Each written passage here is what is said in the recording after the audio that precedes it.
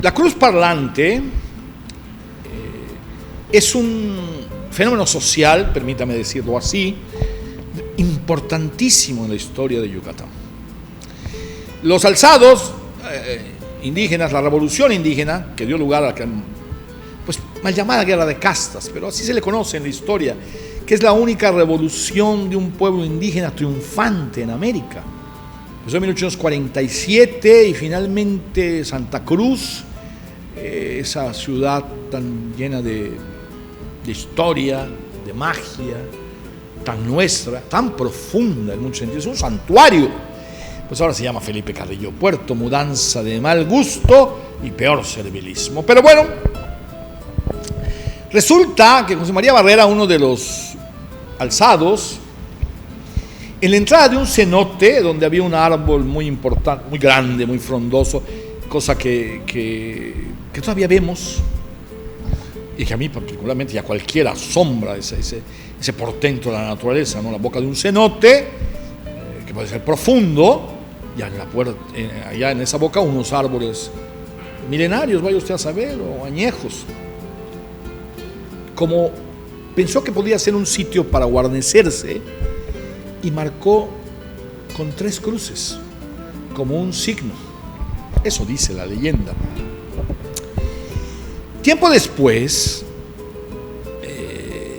ayudado por un individuo de apellido Náhuatl, que tenía dotes de ventrílocuo, empezó a mandar mensajes a los rebeldes, es decir, hacer que la cruz hable. Le va a hablar a los indios, Luego, cuando se hacen cruces, porque se hicieron varias, pero cuando se hace una, la llevan a Santa Cruz, por eso se llama Santa Cruz con ese nombre. Hablaba más bien de noche, también un ventrílocuo, o alguien que ya hablaba después de que se murió Náhuatl, y hablaba a un grupo de iniciados en la noche que salían y le hablaban al pueblo. Había gente que cuidaba la cruz, había intérprete de la cruz, etcétera, etcétera, oficial, digamos, había una casta sacerdotal, si usted me lo permite, alrededor de la cruz. Pero a mí me parece fascinante en la medida de que ocurre esto. Durante toda la colonia no hubo sincretismo en Yucatán. Es decir, no se tomaron elementos de las religiones, la religión maya, la religión indígena, para explicar y para exponer o para comunicarse con los indios. Nada, absolutamente nada. Pudo haber vivido algo. Se dice que en las cruces se ponía una serpiente que vemos hasta hoy, que es, pues nos dicen los católicos, los blancos, son los cordones de San Francisco. Los mayas podían verlo como una serpiente que veneraban, en fin, pero en términos generales, un caso como el de Guadalupe no existe. Es el gran hecho de nuestra historia fue la aparición de la Virgen de Guadalupe. Una virgen morena que le habla a un indio, no a un blanco. Ni ella es blanca, ni le habla a un blanco. Aquí en San Sebastián se apareció la Virgen, se dice, pero una virgen blanca que le habló a un blanco, a un hidalgo, no a un indio. Pues esto tiene la mayoría de la población, era indígena.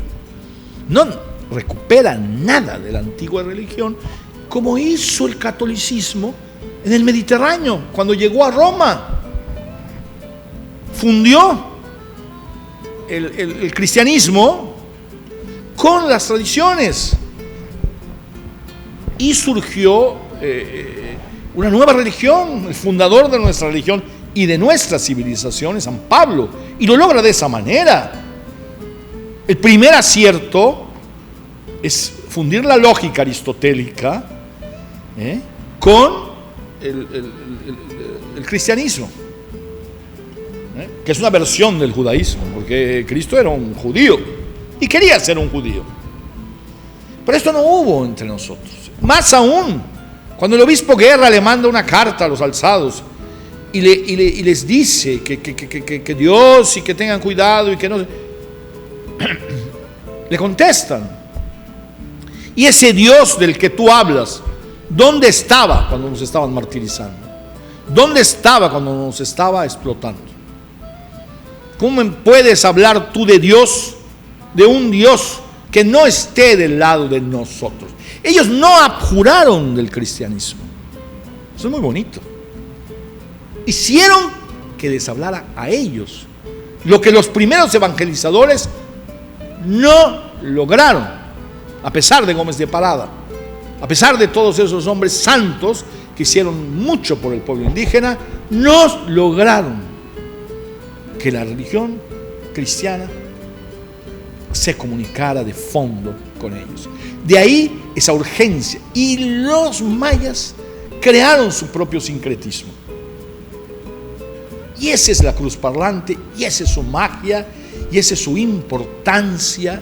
Luego la vamos a ver en otros momentos, vamos a hablar de esos momentos en la historia de Yucatán. Si este comentario le gustó, suscríbase a este canal. Si no, diga lo que le parezca. Ve el próximo, a lo mejor ese le gusta. En Rojas Sarlat Producciones nos hemos renovado. Este año continuamos innovando con nuestro equipo tecnológico, pero también con el equipo humano. Ahora, además de nuestros servicios de producción de video, videomemorias, informes en video, documentales, circuitos cerrados para eventos, spots comerciales y videoclips musicales, así como la generación de grandes eventos,